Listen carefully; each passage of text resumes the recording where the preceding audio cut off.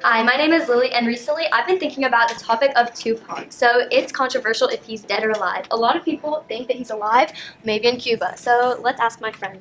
Karina, do you think Tupac is alive or dead? I think he's alive because I just looked up a video and the title right there says Tupac sighting in Los Angeles, and there's no way you can tell me that right there is not him. There's also this website, and like the title of it is a reminder that Tupac's still alive and living in Cuba. And there's this picture of him in Cuba, and you cannot tell me that is not him. So I scrolled down, and there's like all these pictures taken like years later after his death, and like I found this picture. There's no way that is not Rihanna and Tupac together. And all of these pictures were taken after his death. I mean, you cannot tell me that it's not Tupac with Rihanna right there. Tupac is alive or dead? Dead. Why? Because. Alright, so check it out, right? I mean, if they have the body, they have an autopsy, they did a funeral, there's no way he's not, there's no way he's alive, This fool's gotta be dead. Did you see his dead body in real life? Didn't think so. He's alive. He's not dead. He's alive. He's in like Miami or something like that. I think Tupac's dead. I've seen his autopsy photo. I'm kind of in the middle because I know that his record producer or something planned it all out to kill him, but isn't there actually no real proof? Never know. I think Tupac might be dead because they did an autopsy on it, and I mean nobody ever knows. But he's alive. He's in Cuba smoking his Cuban cigars. I don't care what nobody says. Tupac's dead because Osama bin Laden is dead, and they took a picture together, so they're both dead.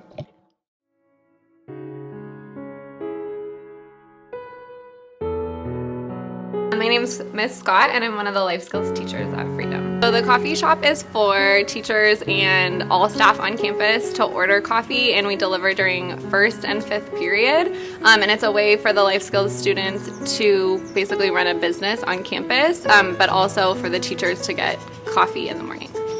It benefits the life skills students by allowing them to work on job skills. So they get to practice working in a business essentially, and they get to do different jobs within. They work on money skills when they do the money exchange when the teachers pay for the coffee. They work on delivering from class to class. They work on taking orders, and then they also get to practice making the coffee as well. We prepare and get supplies for the coffee shop by doing inventory, which we have the students do.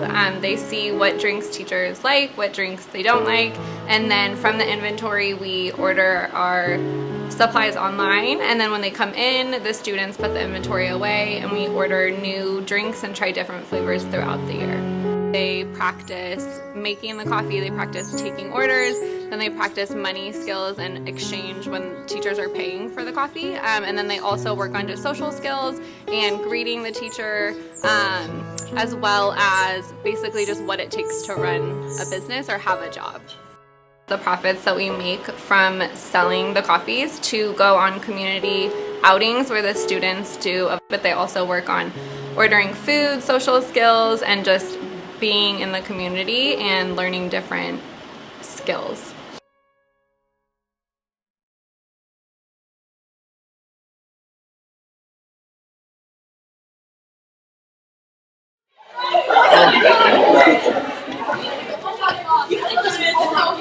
Sorry I'm late. Sorry I'm late. How am I supposed to hear it if I don't know what I'm listening for? Are you gonna ask me out? What? Well, you're here and you're not leaving and you never take this bus. You always take the 17. Wait, what? And these pauses are freaking me out. Those pauses made me say cheese. Just do it. Do it. Do it. Do it. Do it! I have a dentist appointment. I was just making that. When days are hot, when days are cold, in my swimming pool. Breaststroke, side stroke, fancy diving too. Oh, don't you wish you never had anything else to do but... Everyone knows he's been cheating on her. He's been cheating on her for months. What did you say about me? What did you say? Come on, say it. Just say something. What? Cat caught your tongue? I didn't do anything wrong. Driving without a license is pretty wrong. He was drunk. I'm aware of that. What else was I supposed to do? Burger time. It's gotta be burger time. Burger time. Coming? What are you doing? Do you think of me as...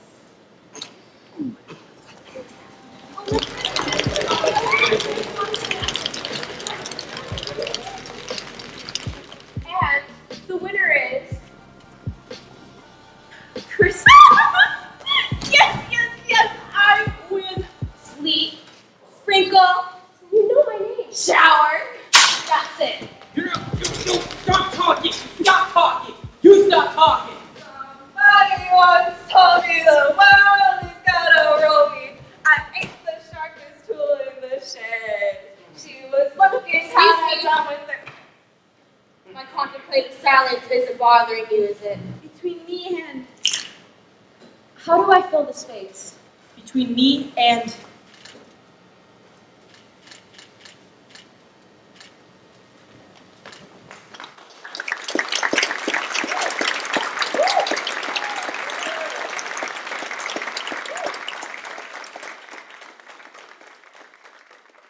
Tardies are a problem all over the country. Here at Freedom High School, staff are trying their hardest to reduce the number. We talked to Dr. Amara about the school's tardy policy.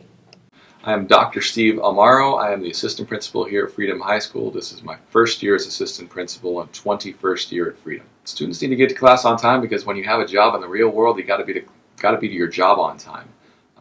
School is an extension of real life, and so we try to train all students to be ready and successful for when they leave here, that they can go ahead and be successful in real life. So it's important to go ahead and get to everything that you've committed yourself to on time. Main cause of tardies, that's kind of a tough question because there's a lot of reasons why kids are tardy. Sometimes it's transportation issues. Sometimes it's an emergency situation. Sometimes it's social situations, and we decide we have to finish that conversation rather than get to where we need to be. In a school setting, it's somewhat allowable because you get a tardy. In a job setting, you'd probably be fired.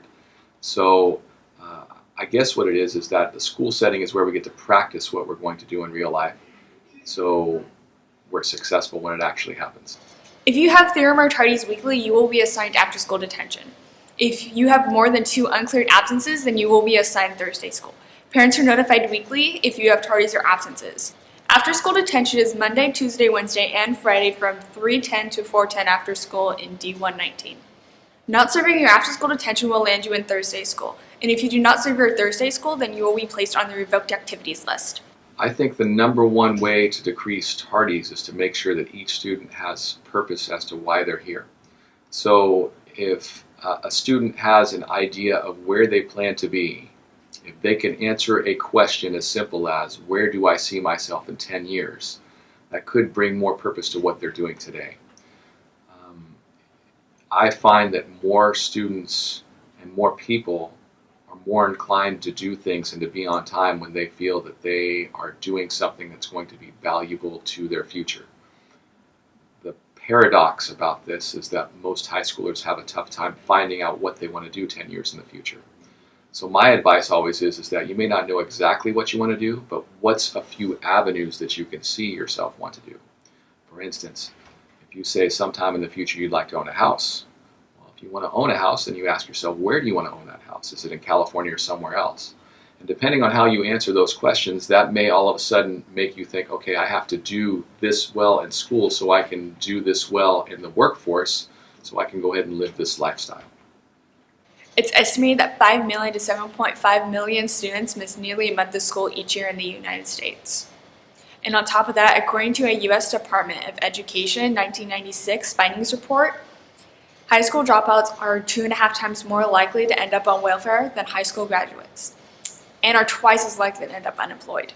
But improving your attendance can have an impact on your academic prospects and your chances for graduating. As Dr. Amaro said, find your purpose. Use Freedom and its staff as its stepping stones to a better life for you.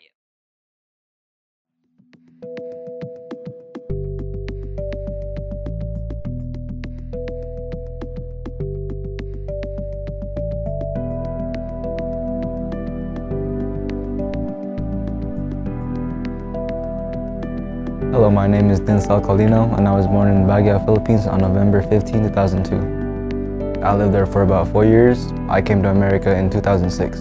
My parents decided to move to the US to get a better future for ourselves, and because of the living conditions over there was very poor. My earliest struggle in the US was learning the English language. I had difficult times learning in school because there was a language barrier. My family adjusted to living in the US through TV shows, talk shows, and movies such as Forrest Gump and Fast and the Furious, and because of that, I want to become a TV editor or a director. My favorite memory from the Philippines is when we used to put 2 spiders on a stick and we let them fight. Yeah, so left all my cousins behind, so just me and my immediate family going to America. My favorite thing about living in the US is the culture. I like the food, the clothes, and the music.